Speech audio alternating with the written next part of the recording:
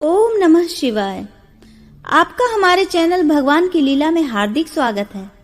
आज हम एक ऐसी कथा सुनेंगे जो न केवल हमारे जीवन के अंधकार को दूर करेगी, बल्कि हमें सत्य, धर्म और आत्म शुद्धि का मार्ग भी दिखाएगी। इस कथा में गौ माता के वचनों के माध्यम से हम जानेंगे कि कौन से पाप मनुष्य के जीवन में दुख और कष्टों को आमंत्रित करते हैं। साथ ही भगवान शिव और माता पार्वती के दिव्य संवाद से यह भी समझेंगे कि वे तीन कौन लोग हैं जिनके कारण माता लक्ष्मी किसी घर में कदम नहीं रखती। तो आइए इस पावन कथा के माध्यम से आत्म मंथन करें, जीवन के गुण रहस्य को समझें और सत्य के मार्ग पर आगे बढ़ें।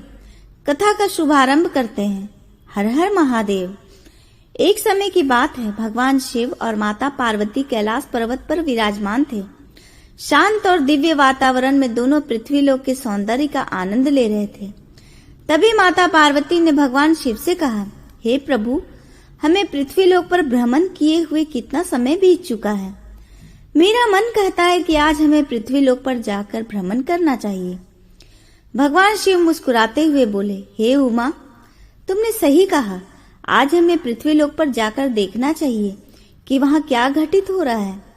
यह कहकर भगवान शिव और माता पार्वती पृथ्वी लोक पर प्रकट होते हैं और एक सुंदर बगीचे में एक विशाल वृक्ष की छांव में बैठ जाते हैं। वहां चारों ओर हरी भरी घासें फैली थी और बहुत सी गायें उस घास को चर रही थी। तभी उनमें से एक गौ माता भगवान शिव और माता पार्वती के पास आकर रुक गई। गौ माता ने झुकते हुए कहा, हे देव, आपके दर्शन पाकर मैं तो धन्य हो गई हूँ। मेरे मन में एक प्रश्न है जिसका उत्तर मुझे अब तक किसी भी साधु संत से प्राप्त नहीं हो सका। कृपया करके आप मेरे इस प्रश्न का उत्तर दीजिए। भगवान शिव ने गौ माता से कहा, पूछो गौ माता, तुम्हारे मन में क्या प्रश्न है। गौ माता ने बोला, हे नाथ, मनुष्य को किस पाप के कारण गरीबी मिलती है और वे तीन लोग कौन से हैं जिनके प्रभाव से घर का सर्वनाश हो जाता है। क्या मनुष्य को उसके भाग्य के कारण ही अमीरी और गरीबी मिलती है। भगवान शिव ने मुस्कुराते हुए कहा, हे गौ माता, तुम्हारा प्रश्न अत्यंत गुण है और इसको उत्तर तुम्हें अवश्य मिलेगा। यह पूर्ण सत्य नहीं है कि केवल भाग्य के कारण ही मनुष्य को अमीरी या गरीबी प्राप्त होती है। इसके पीछे अन्य कारण भी हैं।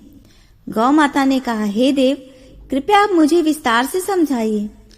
तब भगवान शिव बोले, गौ माता, मैं तुम्हारे इस प्रश्न का उत्तर एक कथा के माध्यम से दूंगा, जिससे तुम्हें तुम्हारे प्रश्न का उत्तर मिल जाए। भगवान शिव कथा सुनाने लगे। यह प्राचीन काल की बात है। अवंतीपुर नाम का एक नगर था। उस नगर में एक व्यापारी रहा करता था। वह व्यापारी बड़ा ही दयालु स्वभाव का था। उस व्यापारी के दो बेटे थे। दोनों बेटे अपने पिता की तरह ही थे। व्यापारी अपने दोनों बेटों के साथ घर में आराम से रहता था। व्यापारी ने अपने दोनों बेटों का विवाह कर दिया था और उसकी दोनों बहुएं उसकी बहुत सेवा करती थी। प्रत्येक कार्य में वो दोनों मिलजुल कर काम करती थी। व्यापारी की छोटी बहू के घर में आने के बाद व्यापारी का घर बड़े सुख से चल रहा था। उसके घर में मानो स्वयं माता लक्ष्मी का आगमन हो गया हो। व्यापारी को अब उसके व्यापार में 2 गुना मुनाफा होने लगा। छोटी बहू के आने के बाद व्यापारी के घर में अन्न और धन की कोई कमी नहीं थी और घर का माहौल बड़ा ही शांतिपूर्ण था। उनके घर में कभी कोई लड़ाई झगड़ा नहीं होता था। व्यापारी के दोनों पुत्र एक साथ मिलकर रहते थे और व्यापारी की बहुएं भी आपस में बड़ा प्रेम करती थी। किसी भी कार्य को करने से पहले सभी मिलकर सलाह लेते थे, उसके बाद ही उस कार्य को करते थे। व्यापारी का व्यापार भी बहुत अच्छे से चल रहा था।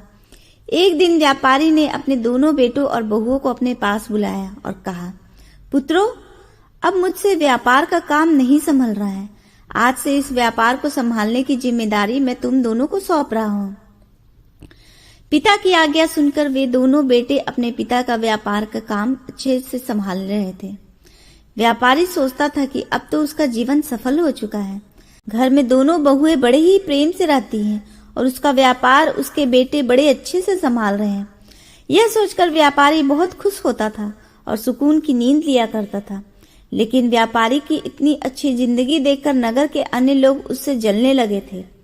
नगर के सभी लोग सोचते थे कि यह व्यापारी तो बड़ा सुखी है, इसका जीवन बड़े ही आराम से कट रहा है और दिन पर दिन इसका व्यापार आगे ही बढ़ता जा रहा है।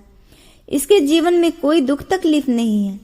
नगरवासी यह सोचकर व्यापारी से मन ही मन ईर्ष्या करने लगे। भगवान शिव गौ माता से कहते हैं, हे गौ माता, व्यापारी जिस प्रकार तालाब में पल रही बड़ी मछली अपने से छोटी मछलियों को बढ़ता देख भयभीत होकर उन्हें खाने की कोशिश करती है, उसी प्रकार मनुष्य भी किसी को आगे बढ़ता देख उसे पीछे खींचने की कोशिश करता है। मनुष्य अपनी तरक्की से जितना खुश नहीं होता, उससे अधिक वह दूसरों की तरक्की देखकर दुखी हो जाता है। किसी विद्वान पुरुष ने कहा है कि मनुष्य अपने दुख से परेशान नहीं है, वह तो दूसरों के सुख को देखकर परेशान है। व्यापारी की तरक्की से गांव के सभी लोग उससे जलने लगे थे। कोई भी व्यापारी से सीधे मुंह बात नहीं करता था। सभी सोचते थे कि किस प्रकार व्यापारी का जीवन कष्ट से भर दिया जाए और उसकी खुशी को दुख में बदल दिया जाए। यही सोचकर नगरवासी व्यापारी के प्रति षड्यंत्र रचते हैं। नगर के कुछ लोग व्यापारी के कुल पुरोहित के पास जाते हैं और कहते हैं, अरे पुरोहित जी, आप यहाँ इस प्रकार से दुखी जीवन व्यतीत कर रहे हैं और वहाँ आपका धनी व्यापारी बड़े आराम से ऐशो आराम की जिंदगी व्यतीत कर रहा है, अपनी बहू के हाथों का स्वादिष्ट भोजन कर रहा है।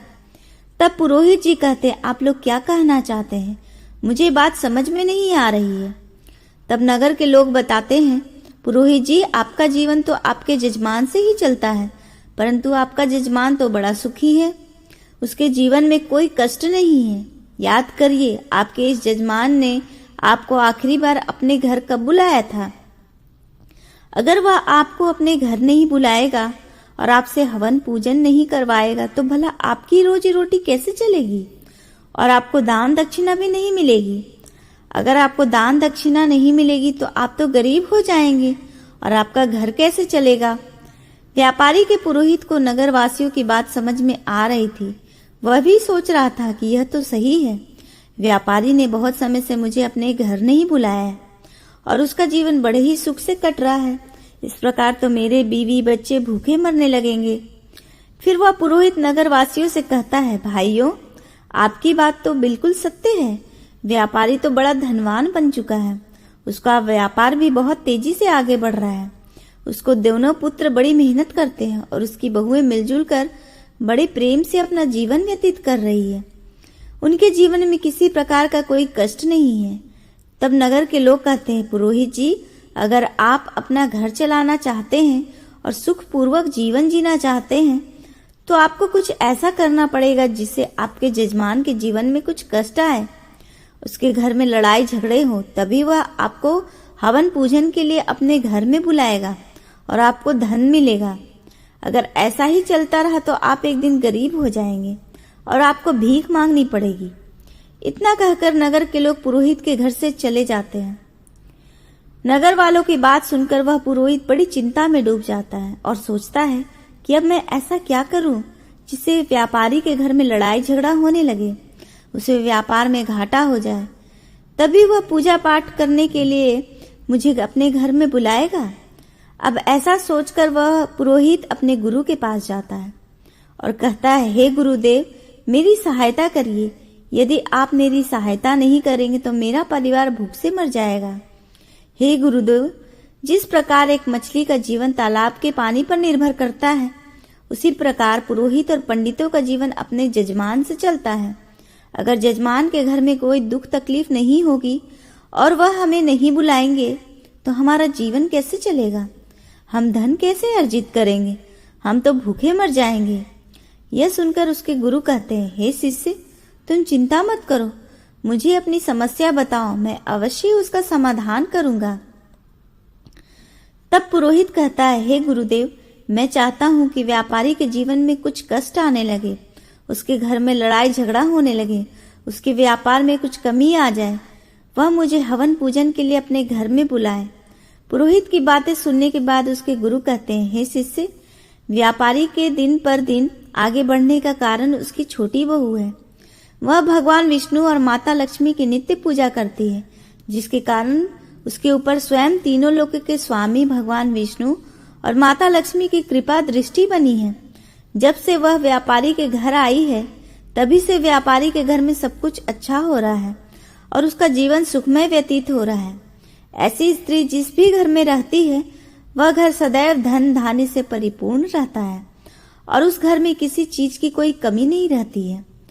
तब पुरोहित कहता है, हे गुरुदेव, अगर ऐसा है तो इसका कोई रास्ता होगा जिसे व्यापारी के घर में क्लेश हो और उसे व्यापार में घाटा हो जाए। तब उसके गुरु कहते, हे शिष्य, तुम चिंता मत करो, तुम्हें बस एक काम करना है।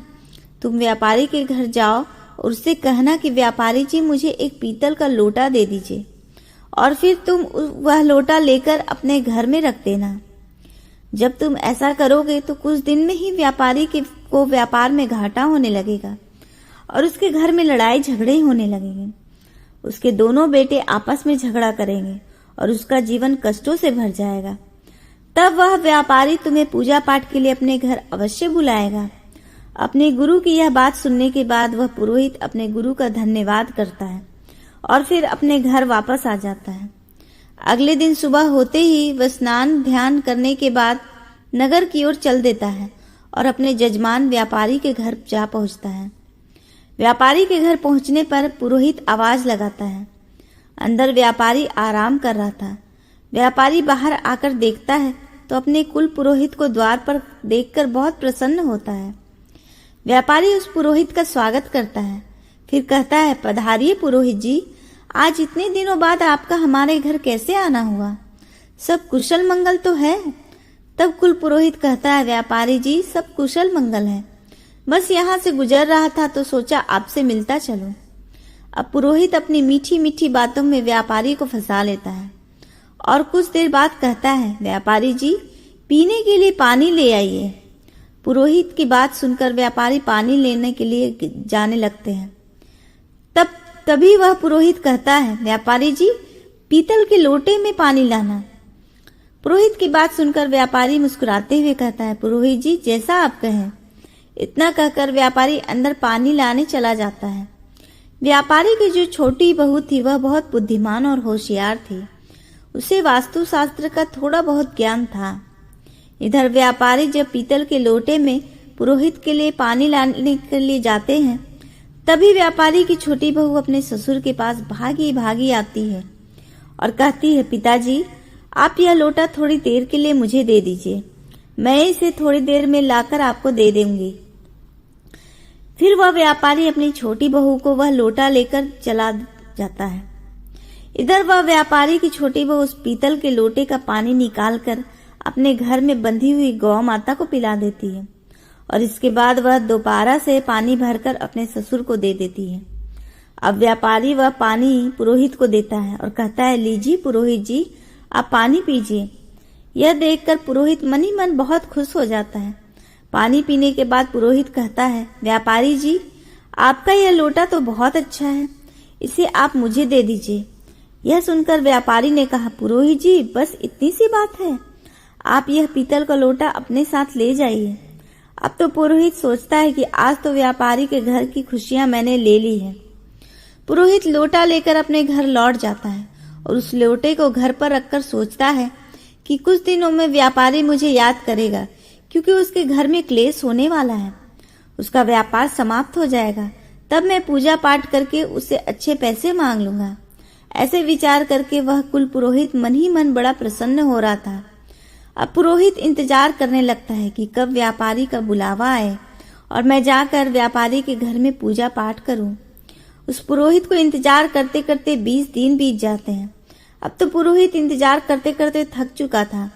फिर एक दिन वह पुरोहित दोबारा अपने गुरु के पास जाता है और कहता है, हे गुरुदेव, आपके बताए अनुसार मैंने व्यापारी से पीतल का लोटा मांग लिया था, परंतु 20 दिन बीत चुके हैं और अभी तक व्यापारी ने मुझे बुलावा नहीं भेजा है। वह तो बड़े आराम से और सुख से अपना जीवन व्यतीत कर रहा है। उसके घर में किसी प्रकार की कोई दुख तकलीफ नहीं है। यह सुनकर उसके गुरु आंखें बंद करके अपनी दिव्य दृष्टि से देखते हैं और कहते हैं, हे शिष्य, मैंने तुम्हें इस बात से अवगत कराया था कि व्यापारी की छोटी बहू बड़ी ही बुद्धिमान और होशियार है। उसे वास्तु शास्त्र का भी ज्ञान है। जब व्यापारी तुम्हारे लिए पानी लेकर आ रहा था, उसी समय व्यापारी की छोटी बहू ने अपने ससुर से वह लोटा लेकर उसमें का पानी अपने घर की गौ माता को पिला दिया था। इस कारण से व्यापारी के घर की खुशियां और सुख समृद्धि उसके घर में ही रह गई। परंतु हे शिष्य, तुम चिंता मत करो, मैं कोई दूसरा उपाय खोजता हूँ। थोड़ी देर बाद पुरोहित का गुरु कहता है, हे शिष्य, अब आपको व्यापारी के घर जाना है और उससे उसकी गौ माता मांगकर अपने घर ले आना है। हमारे हिंदू धर्म में गौ माता को पूजनीय और माँ लक्ष्मी का स्वरूप माना गया है। जिस घर में गौ माता का निवास होता है उस घर में सुख समृद्धि सदैव बनी रहती है। फिर उस पुरोहित का गुरु कहता है, हे शिष्य, जैसे ही तुम उस व्यापारी की गौ माता को अपने घर लेकर आओगे, उसके कुछ ही दिनों बाद व्यापारी के घर में दुख तकलीफ आना शुरू हो जाएगी और तब व्यापारी आपको निमंत्रण अवश्य भेजेगा। अब वह कुल पुरोहित एक बार फिर प्रसन्न हो जाता है और अपने गुरु को धन्यवाद कहकर अपने घर वापस आ जाता है। घर पहुंचकर वह सोचता है कि कल सुबह होते ही मैं व्यापारी के घर जाऊंगा और उससे उसकी गौ माता मांग लूंगा। उसके बाद मैं देखूंगा कि व्यापारी कैसे इतना सुखी रहता है। अगले दिन सुबह उठकर वह पुरोहित स्नान करके सबसे पहले व्यापारी के घर पहुंच जाता है। व्यापारी अपने घर का दरवाजा खोलता है और देखता है कि पुरोहित आए हुए हैं। व्यापारी उसे अंदर ले जाता है और स्वादिष्ट भोजन कराता है। इसके बाद व्यापारी पूछता है, बताइए पुरोहित जी, आज आपका कैसे आना हुआ? फिर वह पुरोहित कहता है, व्यापारी जी, मैं इस समय बहुत तकलीफ में हूँ। दरअसल मेरे घर पर जो गौ माता है उसने दूध देना बंद कर दिया है और मेरे बच्चों को दूध नहीं मिल रहा है।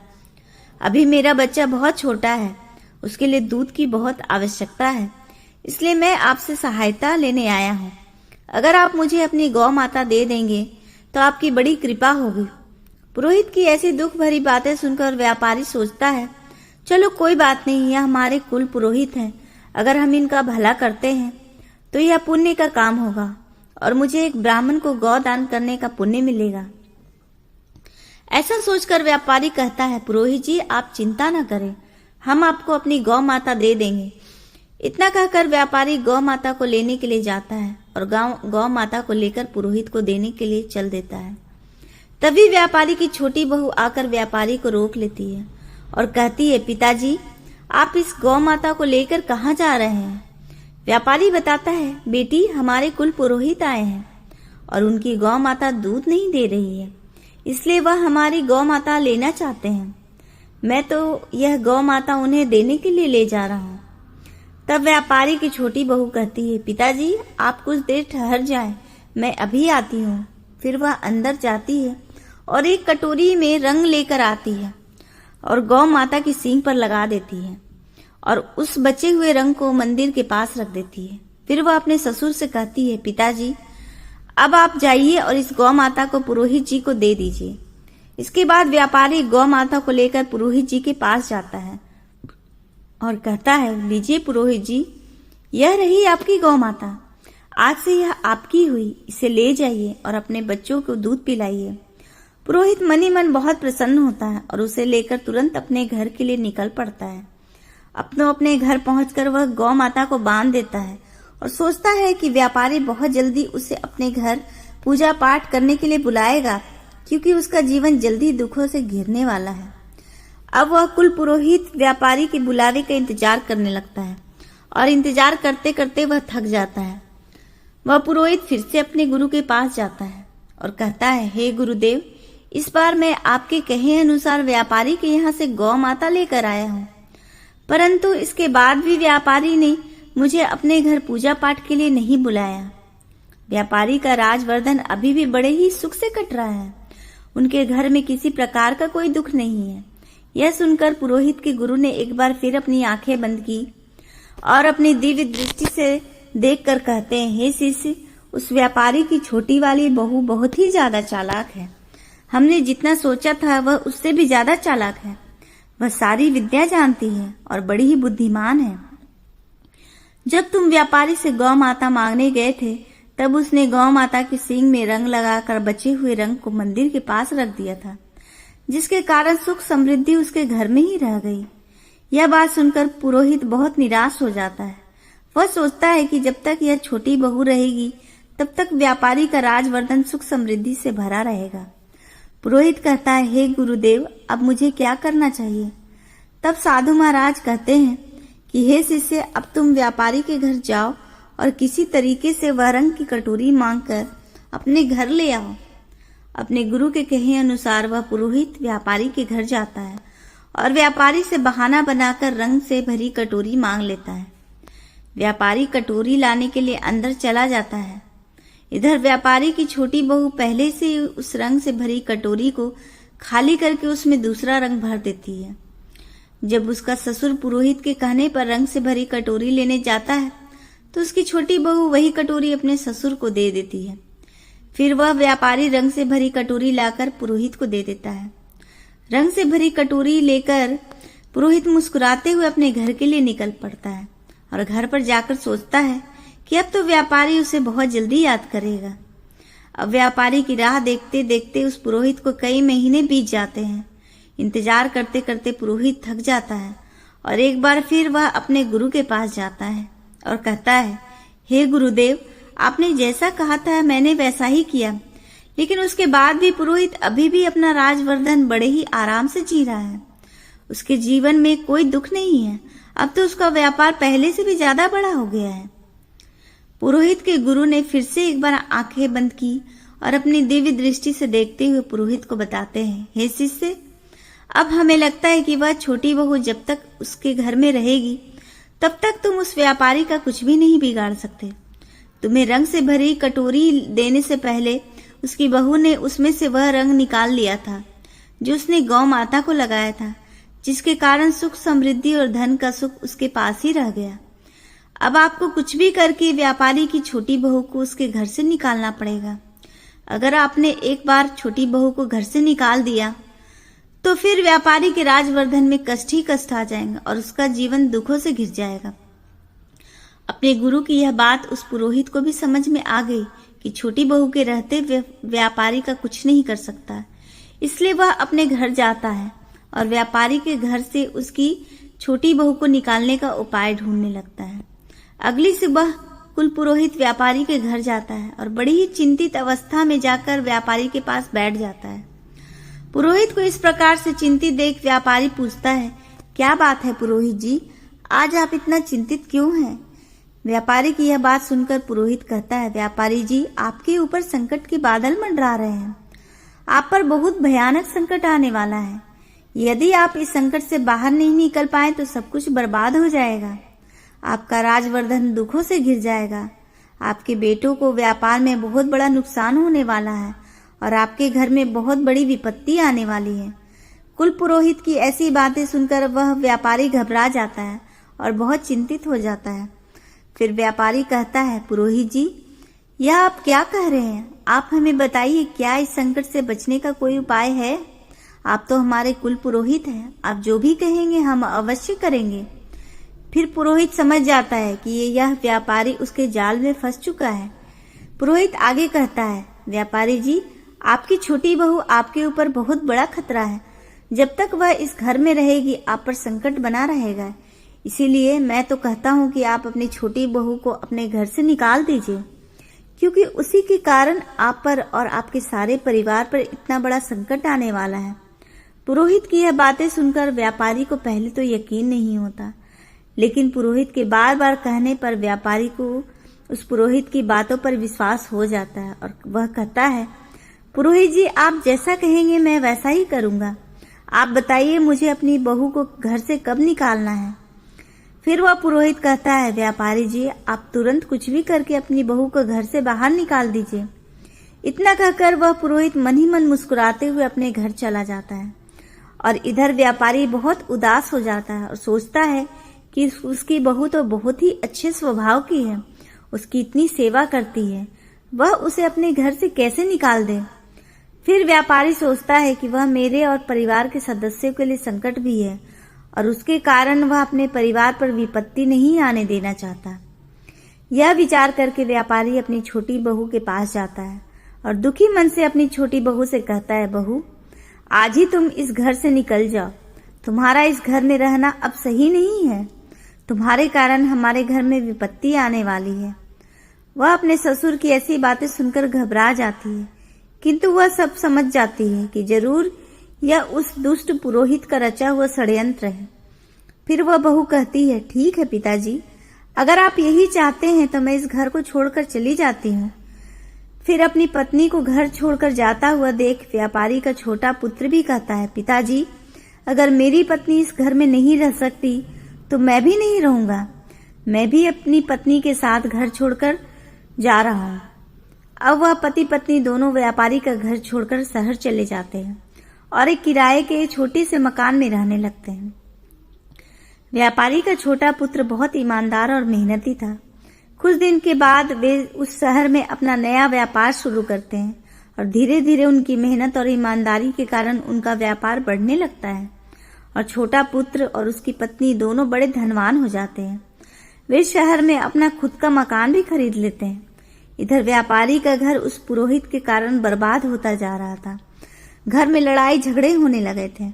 व्यापारी का बड़ा बेटा व्यापार पर बिल्कुल ध्यान नहीं दे रहा था।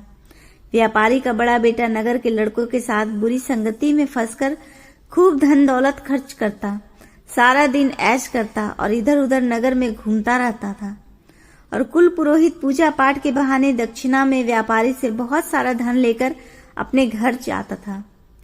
धीरे धीरे व्यापारी की जमा पूंजी खत्म हो गई और उसका व्यापार भी बंद हो गया। यह सब देखकर व्यापारी की हालत बहुत खराब हो चुकी थी। व्यापारी के घर में खाने पीने के लिए भी कुछ भी नहीं बचा था। नगरवासी व्यापारी की यह हालत देखकर बहुत खुश थे। व्यापारी को देखकर नगर के लोग उसका मजाक उड़ाते और ताना मारते। अपनी ऐसी हालत देखकर व्यापारी को अपने ऊपर क्रोध आने लगा और वह आत्महत्या करने के लिए नदी की ओर जाने लगा। तभी रास्ते में उसे एक संत महात्मा मिलते हैं। उन महात्मा के मुखमंडल पर दिव्य तेज था, ललाट पर चंदन का टीका लगा हुआ था और बड़े बड़े केश थे। संत महात्मा को अपने सामने देख व्यापारी प्रणाम करता और दुखी होकर आगे बढ़ जाता है।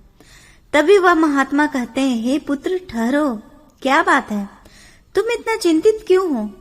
संत महात्मा की बात सुनकर व्यापारी अपना सारा वृतांत महात्मा को सुना देता है। व्यापारी की बात सुनकर वह तेजस्वी संत महात्मा समझ जाते हैं कि असली बात क्या है। फिर वह महात्मा कहते हैं, हे पुत्र, जिस दिन से तुमने अपनी छोटी बहू को घर से निकाला है उसी दिन से तुम्हारे घर में यह संकट आया है। तुम्हारी छोटी बहू के ऊपर माता लक्ष्मी की कृपा दृष्टि है। वह भगवान की नित्य पूजा करती है, उसी की वजह से तुम्हारे घर में सुख समृद्धि थी। संत महात्मा की यह बात सुनकर व्यापारी तुरंत शहर जाता है और अपने छोटे पुत्र के घर जाकर अपनी लक्ष्मी स्वरूप बहू से क्षमा मांगता है। बहू, मुझे माफ कर दो, मैंने पुरोहित की बातों में आकर तुम्हें घर से निकाल दिया, लेकिन तुम तो साक्षात लक्ष्मी हो। जब तक तुम मेरे घर में थी तब तक घर में सुख शांति बनी रही, और जब से तुम घर छोड़कर गई हो घर में गृह क्लेश हो रहे हैं, लड़ाई झगड़े हो रहे हैं, सारा व्यापार बंद हो चुका है। ससुर की यह बात सुनकर छोटी बहू कहती है, पिताजी आप चिंता मत करिए, मैं अभी अपने घर लौटती हूँ। यह भी मेरा घर है और वह भी मेरा घर है। मैंने पहले से ही जान लिया था कि पुरोहित ने हमें घर से बाहर करने के लिए षड्यंत्र रचा है। इस संसार में बहुत से लोग ऐसे होते हैं जो दूसरों की खुशियों से जलते हैं और उन्हें बर्बाद करना चाहते हैं, लेकिन यह हमारे ऊपर निर्भर करता है कि हम किसकी बातों में आते हैं, कैसे निर्णय लेते हैं और अपने घरों को कैसे चलाते हैं। अगर हम गलत लोगों की बातों में आकर अपने ही घर को तोड़ेंगे तो अवश्य हमारे घर का नाश हो जाएगा और हमारी स्थिति दयनीय हो जाएगी। उसके बाद व्यापारी अपनी छोटी बहू और बेटे को लेकर अपने घर लौट आता है। बहू घर आती है और उसके कुछ दिन बाद व्यापारी फिर से तरक्की करने लगता है। व्यापारी का व्यापार फिर से चलने लगता है और उसके घर में पहले जैसी खुशियां वापस आ जाती है। आगे भगवान शिव गौ माता से कहते हैं, हे गौ माता, आज मैं आपसे जो कहने जा रहा हूँ मेरी बात को ध्यान से सुनिए। जिस घर में इन तीनों लोगों की चलती है उस घर का विनाश तय है। यह सुनकर गौ माता कहती है, हे प्रभु, वह तीन लोग कौन हैं?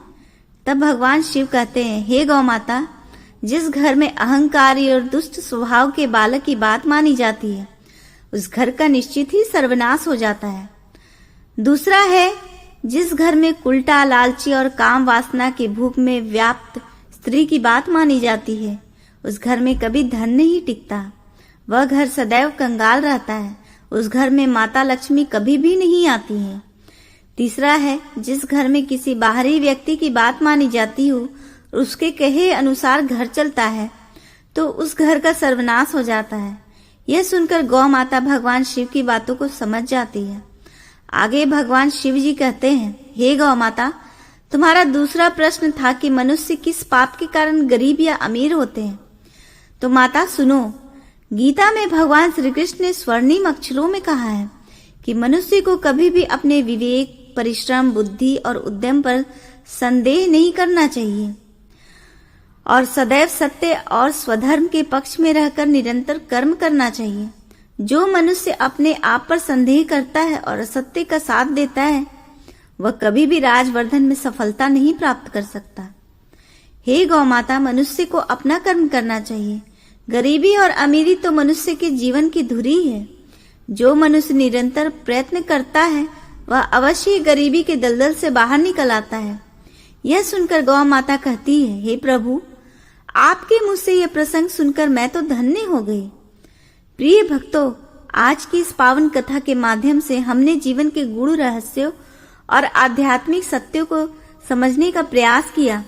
गौ माता के वचनों और भगवान शिव एवं माता पार्वती के संवाद ने हमें यह सिखाया कि कैसे हम अपने आचरण और विचारों को शुद्ध कर सकते हैं और अपने जीवन में सुख, शांति और समृद्धि ला सकते हैं।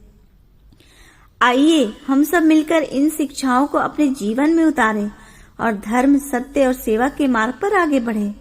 आप सभी का इस दिव्य कथा को सुनने और समझने के लिए हृदय से आभार। हम आशा करते हैं कि यह कथा आपके जीवन में सकारात्मक बदलाव लाएगी।